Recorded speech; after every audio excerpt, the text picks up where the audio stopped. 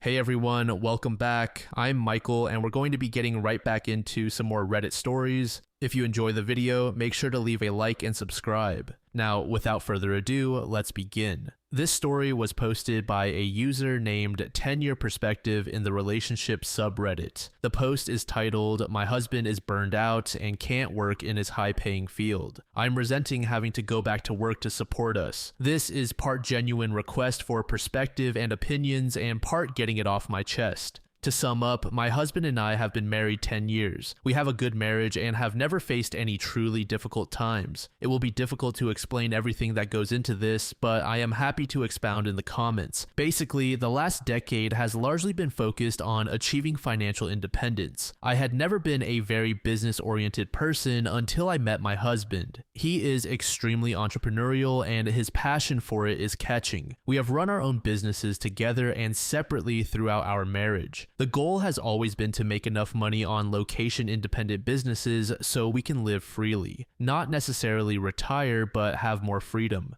Because of his encouragement, I am now on a career path that could easily result in that. In 10 years, we have moved 25 times, all because better opportunities have presented themselves or current opportunities have dried up. We are now facing the 26th move with the 27th not far away because the 26th does not look like that good of a prospect. Without giving away details, my business fluctuates greatly. I have had months where I pull in mid-five figures and long stretches of a few hundred. My career outside of this is food service with a very definite wage ceiling. My husband's career is professional and he can easily find a six-figure salary position. His current online business brings in low four figures. We have always relied on his going back to work when money runs low. He is in high demand and can practically snap his fingers and get a job. I cannot. Here is the conflict. My husband is completely burned out. He physically and emotionally cannot deal with the stress of going to work right now. He has supported me through the last couple of years when my income has been low. I have always been aware of my financial contribution and make up for it by carrying the grand majority of the household chores, even when I was working 60+ hours as a manager.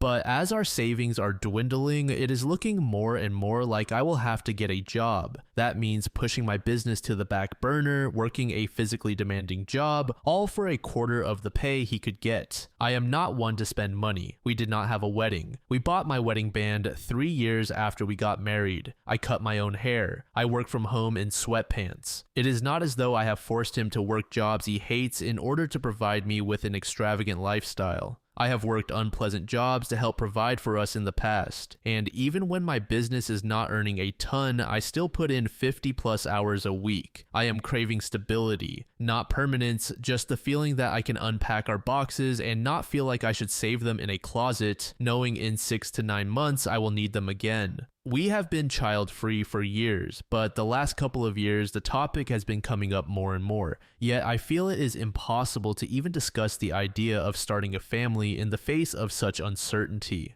I miss my cats. I want a fish tank and a place to hang pictures. He says, if you want those things, then make them happen. Which, fair enough. I completely agree with that. I do not want to rely on him to provide the life I want. However, it leaves me feeling a combination of emotions I cannot really put a word to. I find myself going through mental exercises of what would I do in this situation if I were single? How would I support myself? And I start to feel resentful. I am not single, I am married. And not only that, I am not sure I can make enough money to support us. I desperately want him to find what he is meant to do. I do not care about the money or the dreams of financial independence if it means he is miserable trying to get there. He has been trying to work out which direction to change to for the past year and has yet to come up with anything solid. I know it is all about give and take, but I cannot help but feel I do not know. I do not have the words, and I am at a complete loss as to how we resolve this. By the way, we have talked about all of this about thousands of times already. There is nothing written here he has not heard before. Edit, I appreciate all of the comments and opinions. This got a lot more response than I expected. Just a few things. It is difficult to sum up an entire life in a few hundred words. The moves have been for varied reasons, and obviously with 25 of them, multiple reasons. Some were because my husband was offered a good job. Others others were to be nearer family. I have been pursuing my side business for the last 3.5 years. The 7 prior to that, I was in full-time employment, sometimes working a full-time job while also helping to run our own business. He has not financially supported me for 10 years. I am not sure where people got multi-level marketing from, but I am in a creative field. As I said, I do not want to reveal details, but I create products and then sell them online. We are not scam artists, nor do we have to leave town because people are catching on to our pyramid scheme. As far as financials go, again, it is impossible to sum up 10 years of income, but we go through feast and famine periods, times when money is flowing in and times when we live off what we have earned. We never live outside our means, and when money is good, we put thousands a month away to prepare for the downtimes. It is not a typical way of living, so I understand it is not easily relatable. 10 months later, OP gave us an update. I'm writing partly to sort all this out in my head and partly for outside perspectives. I don't even know what to think anymore. Again, I'm happy to explain any details that need fleshing out if it helps. I'll try to be concise, and I truly appreciate you reading. 9 months ago, I posted asking for help about my frustration with going back to work after my husband burned out in his career. For the sake of anonymity, I tried to be vague with the details, and many thought our work was on the dodgy side. I don't care about keeping it anonymous. All these factors are relevant. I'm an author, I self-published books, and made a decent living doing it for several years. My husband is a software developer and mainly buys existing online companies, fixes them up, and sells them. When that's not working, he tries to work a normal 9 to 5, but typically lasts no more than 6 months. His last attempt was 1 day. My career before this was in the food industry, which means poor pay, long hours, and very sore feet. I got a job that pays 95% of the bills. Yeah, I'd rather be working for myself, but I like it. I'm good at it. It's the first time I actually enjoy going to work. For the last few months, I've been slowly changing, and it feels like my husband and I are drifting apart. At first, I thought it was a natural phase. Things will definitely feel different compared to working under the same roof all day and night. Now, I don't know. From the previous thread, he says, if you want those things, then make them happen. Which, fair enough, I completely agree with that. I don't want to rely on him to provide the life I want. However, it leaves me feeling a combination of emotions I can't really put a word to. I find myself going through mental exercises of what would I do in this situation if I were single? How would I support myself? And I start to feel resentful. I'm not single, I'm married, and not only that, I'm not sure I can make enough money to support us. I am making enough money to support us, and it feels good. It's given me confidence in a way I haven't had before, but it's also made something glaringly obvious in our relationship. We disagree on just about everything, and we have very little in common. I'm happy to work on my writing on the side while I work. He thinks I've given up on our dream and have settled for a world he is loath to spend time in. He sold his business and is still figuring out what he wants to do next. I want to buy a flat in the city. He wants to move to the country or use our savings to travel or live remotely. I want to settle for a while and make friends. He thinks there's plenty of time for that in the future. I want to make our home cozy and put up decorations like photos and artwork. While he likes it, he thinks of it all as just pointless stuff we shouldn't waste money on. I could go on, but you get it. It feels like literally everything I like, he hates. I've also realized that most of the moves, most of the big decisions were things I went along with. I'm not saying he bullied me or anything, just that I didn't feel too strongly one way or the other, so I tended to go with what he wanted. Of course, we talked about it, but it rarely was me pulling in the bulk of the income, so I didn't feel like I had much of a say. Now I feel strongly about a life direction and have the ability to make it happen, and I feel guilty.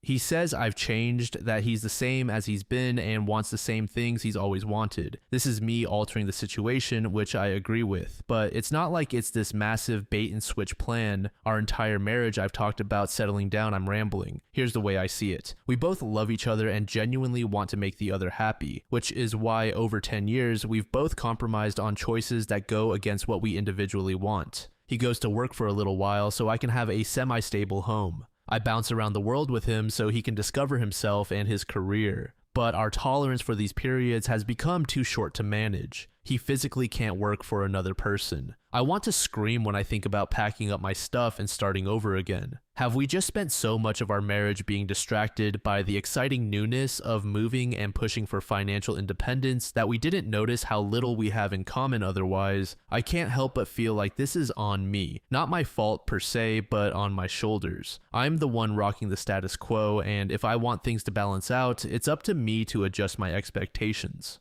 7 years later, OP gave us their second update. I was recently cleaning out my bookmarks and found this old throwaway along with the 2 posts I made with it. I'm not sure why now, but I feel compelled to write a follow-up. Maybe it will give people the bravery to change, or at least serve as an example that sticking with what you know isn't always the best choice. To make a very long story short, with the help of those posts and many long nights of thinking, I left my husband. In fact, it took him going away for a long weekend for me to realize how much happier and at peace I felt without him around. At first, the split was amicable, but looking back, I think he was just waiting for me to come rushing back once I realized my mistake. When that didn't happen and he could see I was serious about building a new life for myself, a switch flipped. We only spoke when he needed something from me, and eventually that stopped too. Enough about him. I am now 42, happier, healthier, and more satisfied than I have ever been in my life. I picked myself, and that was the best choice I could have ever made. I lived alone for the first time, and my God, the peace of having my own space is unrivaled. I ended up staying in that apartment for 5 years, not a single moving box in sight. I put art on the walls, I knew my neighbors, and I made a home. I grew my career and went back to school. I made friends and built a little community. I have done a ton of therapy and realized that the abusive patterns my parents created in childhood were just repeating with my ex.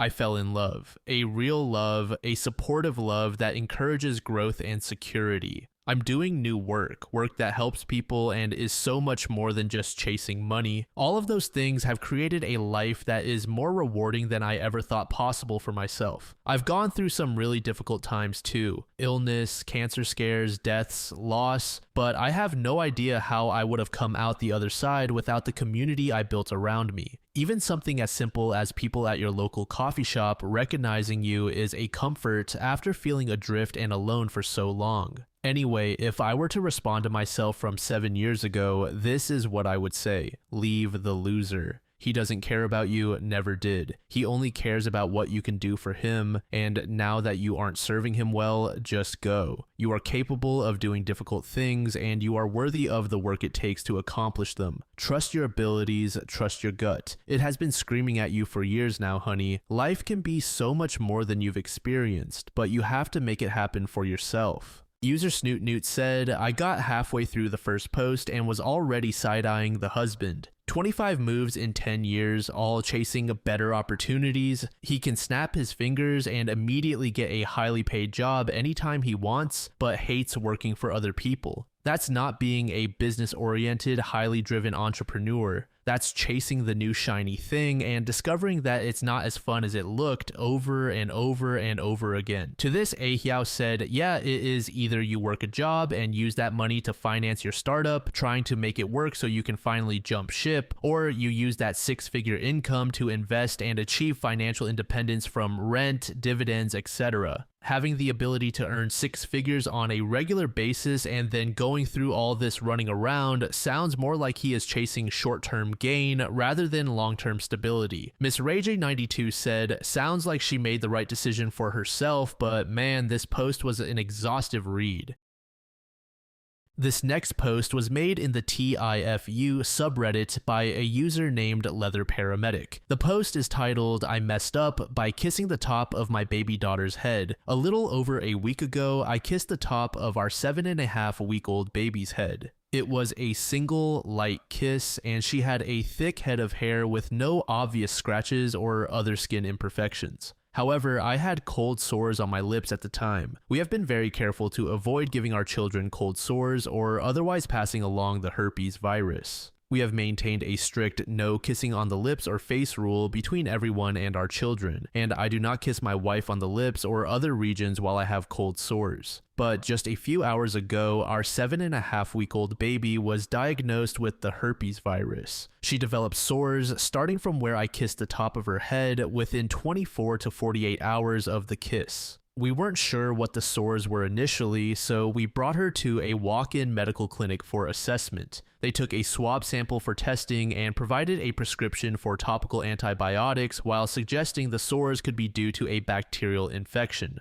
But after 48 hours, the sores continued to grow and spread across the top of her head. So we phoned the clinic and our family doctor, but they still had no test results. They then provided a prescription for oral antibiotics. However, after 24 hours, the sores continued to grow and were now across her forehead. We still had no test results, so my wife took her to our family doctor, but our family doctor did not know the cause of the sores either and suggested we take her to the Children's Hospital Emergency Department. We took our baby to the Children's Emergency Department that evening. They examined the sores and listened to our concerns. They also took swab, blood, and urine samples to try to determine the cause of the sores, whether bacterial or viral, and to check if it had spread to other organs or systems. They attempted to take a sample near the spinal cord to check if the virus was in her central nervous system, but they were unable to collect what they needed due to her small size and movement during their attempts. While waiting for the results from the hospital, we were informed that the test results from the walk-in clinic showed only a culture of normal skin bacteria. However, the hospital staff told us this could be due to them collecting the sample from the surface and not opening up the sore to collect a deeper sample. She was admitted to the hospital and started on intravenous antiviral and antibiotic medication. After spending 48 hours in the hospital, we were informed that she had contracted the herpes virus and that the sores might reoccur in the same region where they originally started or around the mouth.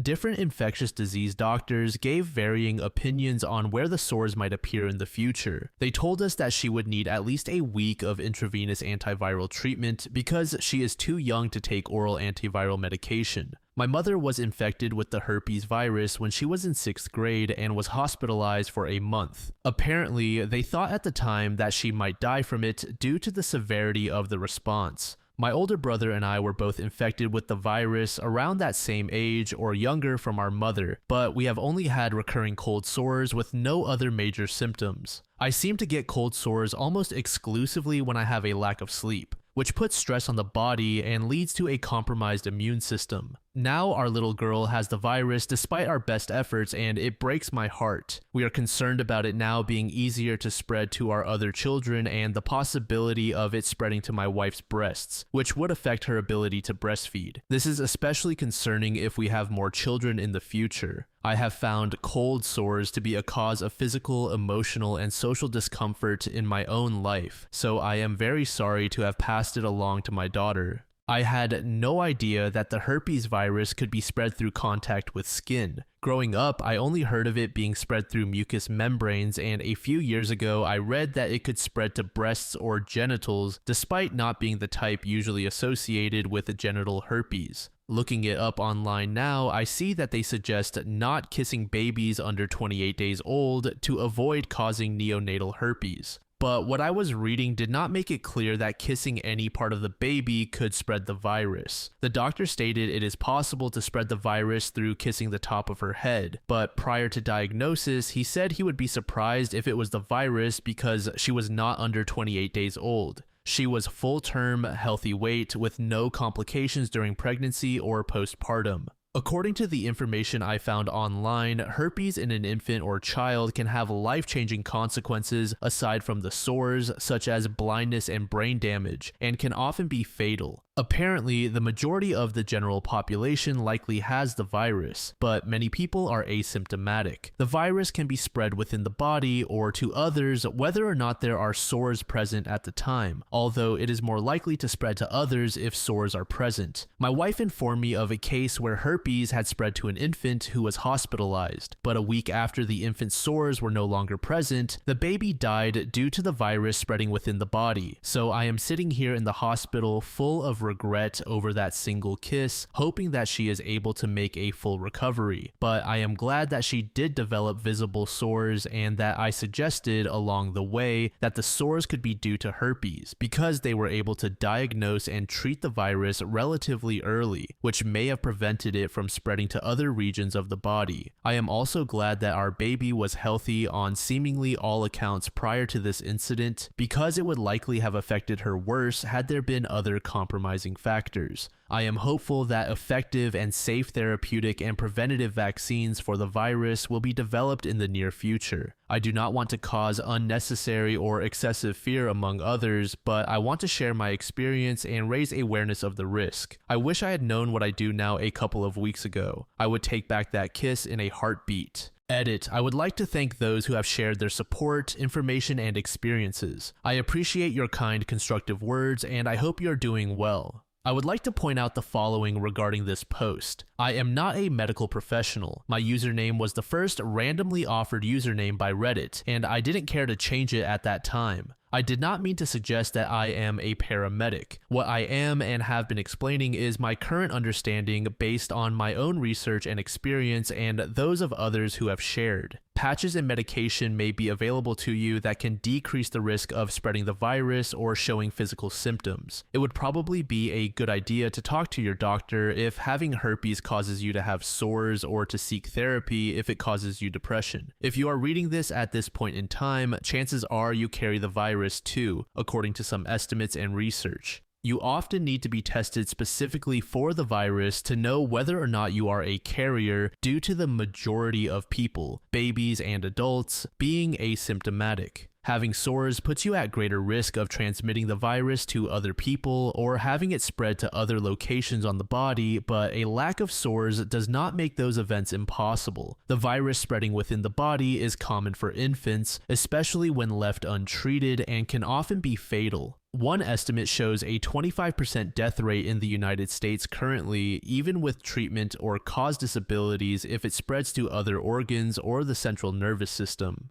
Infants may experience symptoms such as lethargy, difficulty breathing, irritability, high or low body temperature, having a larger abdomen size than normal, or seizures when infected with the virus. If an infant experiences these symptoms or what appear to be herpes sores are present, you should contact your doctor or seek emergency services immediately. The virus can be spread through contact with skin on any part of the body, although infection is much more likely in infants, areas with damaged skin or open wounds, and mucous membrane areas. The virus can transfer to others without a person touching them directly. Sharing food, drinks, utensils, or otherwise contacting an infected area can transfer the virus. Once infected, the virus remains within the body for life. This may or may not be true for all forms of herpes. Stigma surrounding herpes and its transmission is preventing honest and open transfer of information on the topic. Showing affection for those you love is natural and needed, but should be done in a manner that does not put yourself or them at an increased risk of negative consequences. I kissed my daughter on the hair at the top of her head. She was born with a full head of hair, which is still there, and she did not have any obvious damage to the skin in that area. I deeply regret kissing my daughter when and where I did, but I did not know that transmission through skin on any part of the body was possible. My understanding at the time was that active sores can transfer to others when the virus touches lips, breasts, or genitals only. I would like to add the following points for added clarity and context. Edit 2. I do intend to discuss management of the virus with my doctor soon to see what methods may be available, safe, and effective for me in my efforts to reduce the risk of spreading the virus. My mom kissed us on the lips frequently growing up. We would kiss her lips and share drinks with her as long as she did not have an active sore. When I was about 14 years old, I told her I did not want to kiss her on the lips anymore. She expressed her sadness regarding these wishes and said that I must not love her anymore. I do not know exactly when or how I was infected. Cold sores were somewhat accepted as normal within my family, despite my mom's extreme reaction to the virus as an older child. Until recently, we had other family members insist that kissing children and babies is normal and needed, and that it is not a big deal to spread cold sores. When I say that the virus spread despite our best efforts, I do not mean to say that we did everything we could and should have done. What I mean is that we were actively trying to stop the spread of the virus given what we knew at the time. My wife and I have done some of our own research regarding the virus at different points in our lives, yet we still did not know what we do now. If the results of my actions, which I have shared here, are expected to you given the circumstances, I am glad. But my target audience with this post is people who may not have expected what we have experienced. 10 months later, OP provided us with an update. I shared my story here about 10 months ago. I wrote it in the hospital the morning after our daughter was diagnosed with the herpes virus, and while waiting for my wife to wake up. Our daughter was provided with intravenous antiviral treatment for 1 week in the hospital before we were discharged. We were given a prescription for 1 week's worth of oral antiviral medication to be taken at home, and had a follow-up appointment with the infectious disease doctor around a week after discharge. Although they were unable to take a sample of spinal fluid to check if the virus had spread to our daughter's central nervous system, they thought that the virus was likely only skin deep in her case. We were told that we would need to come back to the children's hospital immediately if the sores presented themselves again. Our daughter has had 1 or 2 outbreaks of the virus since we initially left the hospital. The first outbreak was around 3 weeks after leaving the hospital and resulted in an overnight hospital stay, followed by about 2 months of oral antivirals to be provided at home. The other time was around 1 month after finishing the antivirals from the previous outbreak, but the sore went away on its own within 24 hours. We were going to pick up antivirals for the last time, but all pharmacies were closed, so we decided to wait until the morning. The sore was almost fully gone by then. Both recurrences showed up at the same location as the initial sore and kiss. My wife met with an infectious disease doctor in February to discuss our daughter's case, and the doctor said, "Your baby got really lucky, there are limited treatment options, and the baby's case was very minor compared to most. She seems to be a very happy and healthy baby. In my opinion, since she was about midway through her stay in the hospital, she seemed to be in a happier place and is still there as long as she isn't wanting to be held or nursed by her mom." My wife and I both agree that she has been the happiest of our babies. She is just about to celebrate her first birthday. I have posted this story to a number of different subreddits to try to raise awareness, especially for parents or soon-to-be parents. Many users have expressed gratitude for the post because they were unaware of the dangers of the herpes virus or how infectious it is. I am glad to have possibly helped prevent some similar or worse cases from occurring. A user also commented fairly recently on an older post of mine suggesting that I share it over and over because they think the information is valuable. So I thought I should do an update post here to help spread the information some more and give an update to anyone who saw my earlier post.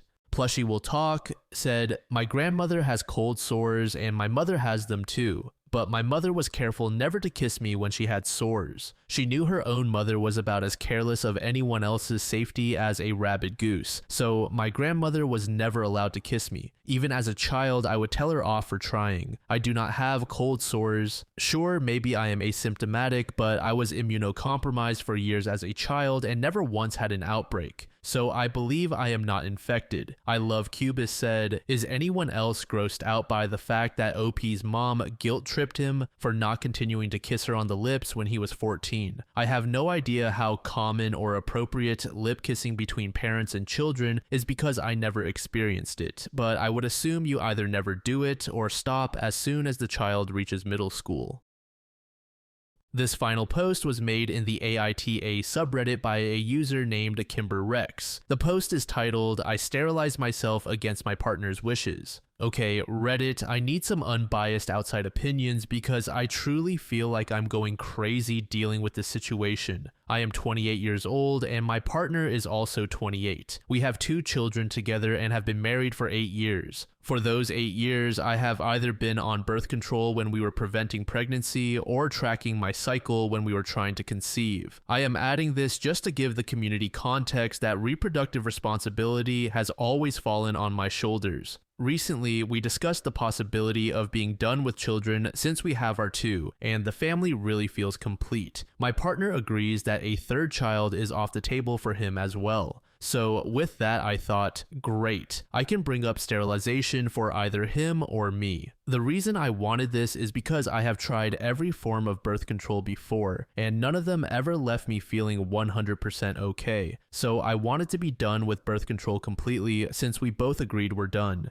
It has been about 3 months since our talk about having more children, so I brought up either him getting a vasectomy or me getting a salpingectomy. What I thought would be a productive conversation completely blew up. He outright refused a vasectomy, and when I was okay with that and said I would happily get a salpingectomy, he completely flipped out on me, screaming about how he forbids it from happening and that he won't allow me to damage myself like that. I ended up just leaving the conversation and headed to get our kids from school, but on the way I called my gynecologist to schedule a consultation for the salpingectomy after making sure I won't need my spouse's approval. So Reddit, am I the asshole if I go through with the sterilization against my partner's wishes? Update. Due to the support and advice I found here, I managed to gain the confidence and level headspace needed to try to have another conversation with my partner. After getting our children to their school and daycare for the day, I went to our local coffee shop to pick up each of us a cup.